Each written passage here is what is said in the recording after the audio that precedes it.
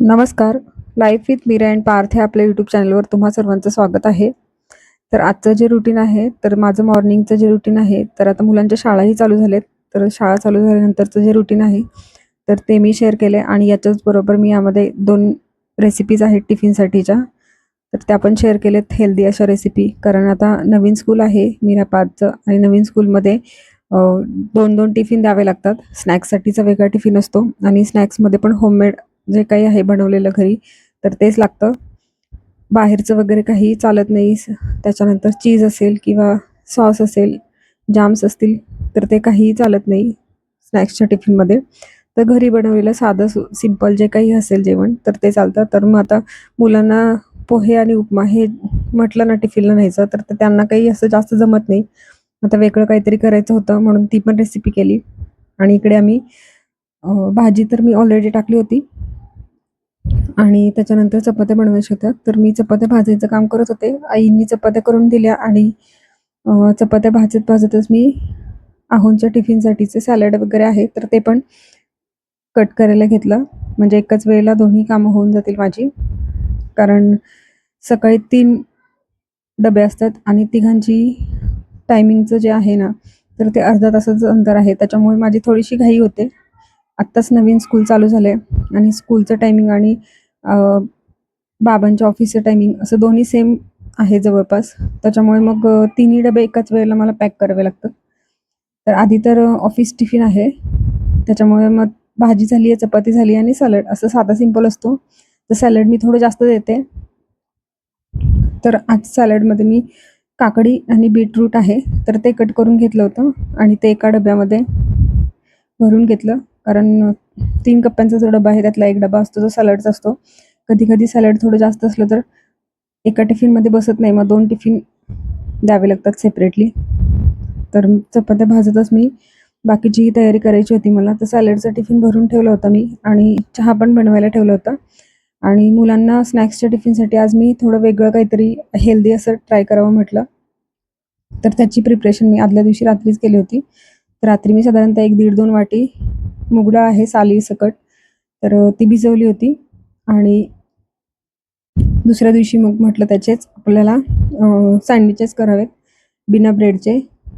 तर साठीचं जे ब्रेड आहे तर ते मूग डाळीपासून बनवणार आहे मी. तर त्याचीच प्रिपरेशन करायची आहे. तर मूग डाळ छान अशी रात्रभर भिजली आहे आणि आता त्यातली डाळ मी काढून घेतली मिक्सरच्या भांड्यामध्ये. त्यामध्ये 1-2 हिरव्या मिरच्या आहेत, तर त्या कट करून घेतल्या. त्यानंतर आलं आहे थोडंसं आणि चवीपुरतं मीठ.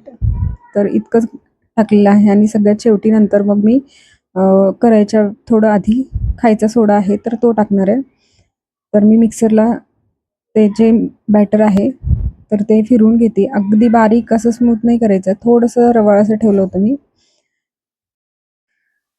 तर ते जे बॅटर आहे, तर ते बनवून घेते. मी चपात्या भाजत-भाजतच ही बाकीची जी प्रिपरेशन आहे, तर ती करते. कारण एकाच वेळेला सगळ्या गोष्टी होणं म्हटलं ना, तर त्यासाठी खूप घाई होते. त्यामुळे मग असं थोडंसं जे कामाचं शेड्यूल आहे ना, तर ते थोडंसं छान असं प्रिपेअर केलेलं असेल ना, तर आपलं कामही अगदी पटकन होतं. आणि भाजी आहे, तर आज भाजी मी कोबीची केली आहे. अगदी सिंपल भाजी केली आहे कोबीची. तर भाजी पण तयार झाली आहे आणि हे जे बॅटर आहे स्नॅक्सच्या टिफिनसाठीचं, तर तेही तयार झालं आहे. आणि त्यानंतर मी चपात्या आहेत, तर त्या सर्व भाजून घेतल्या. भाजी तयार झाली आणि अ, थोड्याशा चपात्या आहेत, तर त्या भाजत होत्या. तोपर्यंत म्हटलं आता आहोंचा टिफिन आहे, तर तो पण पॅक करायचा होता. तर टिफिनमध्ये तर ऑलरेडी मी सॅलडचं जे आहे, तर ते भरून ठेवलं होतं आणि एका टिफिनमध्ये भाजी, चपाती आणि सॅलड आहे, तर ते थोडं जास्त झालं होतं. म्हणून मग मी एक छोटा टिफिन घेतला होता दुसरा. त्याच्यामध्ये मी ते राहिलेलं जे सॅलड आहे, तर ते भरून दिलं आणि हा एक टिफिन माझा पॅक करून झाला. आणि चपात्या झाल्यानंतर मी जी सँडविचची तयारी आहे, तर ती करायची होती. तर थोडेसे स्वीटकॉर्न आहेत, तर ते मी धुवून घेतले स्वच्छ आणि मी चॉपरमध्ये चॉप करून घेणार आहे थोडेसे जाडसर असे. तर त्याच्याचमध्ये मी कांदा आहे एक लहान साईजचा, तर त्याचे पण थोडेसे मोठे तुकडे करून घेणार आहे आणि कांदा आणि स्वीटकॉर्न हे दोन्ही एकत्र मी चॉपरमधून अगदी बारीक करून घेणार आहे. तर अगदी सिंपल आहे. ज्या घरामध्ये माझ्याकडे भाज्या अवेलेबल होत्या, तर त्या मी त्याच्यामध्ये वापरल्या. आणि टोमॅटो आहे, तर टोमॅटो पण मी बारीक चिरलं. ते चॉपरमध्ये नाही चॉप केलं, कारण चॉपरमध्ये केलं की त्याचं बराचसा रस आहे तर तो निघतो आणि व्यवस्थित असं चॉप कधी-कधी होत नाही. कारण फ्रेश जर टोमॅटो असतील ना, तर ते पटकन चॉपरमध्ये छान होतात बारीक. तर फ्रीजमधून हे थोडा वेळ बाहेर काढून ठेवले, त्यामुळे ते थोडेसे सॉफ्ट झाले होते. म्हणून मग मी ते सुरीनेच बारीक कट करून घेतले होते. आणि टिफिनमध्ये सँडविचसाठी जर चीज द्यायचं म्हटलं तर चीज पण अलाउड नाही आहे. त्यामुळे मग मी घरी बनवलेलं पनीर होतं तर ते ॲड केलं होतं. तर कोथिंबीर आहे तर ती मी एका डब्यामध्ये छान असं स्वच्छ करून ठेवली होती. आणि बघू शकता 3-4 दिवस झाले पण कोथिंबीर अगदी छान ताजी आहे. अगदी पिवळी पण पडलेली नाही, कारण जर डब्यामध्ये स्वच्छ करून ठेवली त्याला मी टिश्यू लावून घेतले आणि झाकण ठेवताना पण त्याच्यावरून पण टिश्यू लावले. त्यामुळं जे काही मॉइश्चर आहे तर ते ॲब्झॉर्ब होऊन जातं. त्यामुळे ती कोथिंबीर आहे ना ती बरेच दिवस टिकते. आणि हा जो आहे डबा त्याच्यामध्ये मी भरपूर असा कढीपत्ता आहे तर तो ठेवला आहे. तर कढीपत्त्याचे पण मी पानं नाही काढून ठेवत, कारण काळी पडतात ती पानं. आणि कढीपत्ता आहे तर तो पण बारीक चिरून घेते, कारण कढीपत्ता जर कशामध्ये टाकला ना तर मुलं काही खात नाहीत, ते बाजूला काढून टाकून देतात. म्हणून मग असं बारीक चिरून टाकलं ना तर तोही खाल्ला जातो, कारण का कढीपत्ता जो आहे ना तो पण हेल्थसाठी अतिशय चांगला आहे. तर हे जे आहे पनीर बनवलेलं, हे पनीर गावाकडून आणलं होतं आईंनी बनवून, तर तेच मी ह्याच्यामध्ये वापरते आहे. तर घरी बनवलेलं पनीर आहे ना अगदी भरपूर होतं आणि टेस्टी पण आणि ताजं असं फ्रेश असं पनीर आहे. तर पार्थला तर लगेच मध्ये हे खायची इच्छा होते. पनीर किंवा चीज त्याचं जर काही करायचं असेल ना तर मुलं किचनमधून काही बाहेर हटत नाहीत. पार्थ झालं की मीरा असं दोघं एकत्र येतच राहतात खाण्यासाठी, काही ना काहीतरी चीज वगैरे असेल तर किंवा पनीर असेल तर, कारण ह्या गोष्टी आहेत तर त्या दोघांच्याही आवडीच्या आहेत. तर बघू शकता, तर त्याच्यामध्ये भरपूर असं मी पनीर खिसून घेतलं आहे आणि चवीपुरतं मीठ आहे. तर हे बॅटर आणि ह्या भाज्यांचं मिश्रण आहे, याच्यापासूनच मी 2 वेगवेगळ्या रेसिपीज करून दाखवणार आहे. सँडविच पण आणि कट डोसा पण करणार आहे. आणि दोन्ही मी टिफिनला थोडं-थोडं दिलं होतं. तर पहिल्यांदा तर मी सँडविच करणार आहे. तर बॅटर आहे. तर त्याच्यामध्ये मी मगाशी सोडा पण टाकून ठेवला होता आणि आता हे चमच्याने तव्यावर थोडंसं तेल टाकल्यानंतर स्प्रेड करून घेणार आहे आणि त्याला उलटण्याने मी चौकोनी असा आकार देणार आहे. बाजूने थोडंसं बॅटर जे आहे ते चौकोनी असं स्प्रेड करून घेणार आहे आणि बरोबर मध्ये त्याच्यामध्ये जे काही भाज्यांचं मिश्रण आहे तर ते टाकून घेते आणि त्यावर परत थोडंसं बॅटर टाकून घेणार आहे आणि थोडंसं झाकण ठेवून थोडंसं वाफवून घेणार आहे. तर बघू शकता सगळ्या बाजूने मी ते बॅटर वरून परत टाकलंय आणि हे थोडंसं वाफ देऊन घेणार आहे. पण बऱ्यापैकी थोडंसं वरती जे बॅटर आहे ना तर ते असल्यामुळे पलटवताना थोडंसं बॅटर जे आहे ते स्प्रेड झालं होतं. पण टेस्टला खूप छान असं आणि पौष्टिक पण आहे. डाळ आहे मुगाची, त्यानंतर भरपूर साऱ्या भाज्या, पनीर, त्यामुळे अगदी टेस्टी, हेल्दी आणि अगदी पोटभरीचा नाश्ता पण आहे. नाश्त्यासाठी पण तुम्ही हे बनवू शकता आणि टिफिनसाठी पण. तर मी आज आमच्या सगळ्यांच्या नाश्त्यासाठी आणि टिफिनसाठी मुलांच्या बनवलं होतं. तर असं काही नवीन असेल ना तर मुलांना ते बघायला खूप आवडतं. खायला तर आवडतंच पण बघायलाही आवडतं ते कसं बनवतात ते. तर जे पिझ्झा कटर आहे ना त्याने मी मधोमध तिरकं असं कट करून घेते. तर बघू शकता छान असं क्रिस्पी भाजून झालंय आणि मधोमध बरोबर जसं सँडविचमध्ये आपण भाज्या वगैरे भरलेल्या असतात त्याच पद्धतीने ते दिसतंय. तर खूप छान आणि टेस्टी अशी ही रेसिपी आहे.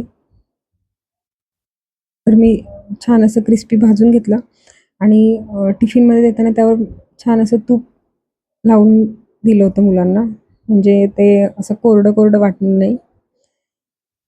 आणि त्याच्यानंतर मी डोसा पण बनवला होता. तर डोश्याचं बॅटर आहे तर ते छान असं स्प्रेड केलंय आणि पलटवून मी दोन्ही बाजूनी थोडंसं भाजून घेणार आहे डोसा. आणि डोसा बनवते तोपर्यंत मला टिफिन पण मुलांचे जे आहेत तर ते भरून घ्यायचे होते.